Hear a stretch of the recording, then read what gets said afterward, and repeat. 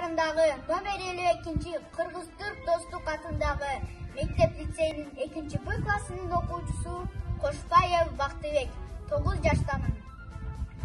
9 май жеңиш күнү. Жердин бетин кызыл жалын каптады. Көйдөй жайнап таң тебелеп таптады. Баарынан да батып кетти жаныма.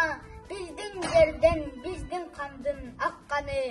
Аскер болсоң ар бир окту түз аткын, найзаңдысын алга карай узаткын, куу душманды жеткир ары Берлинге, артка калба акса мейли канаксын, өзүң издеп тапкындагы дабасын, айыктыргын жүрөгүмдүн жарасын, бошот жерди күйүп жаткан өрттү өчүр, тындыр, жердеш эне биздин санаасын.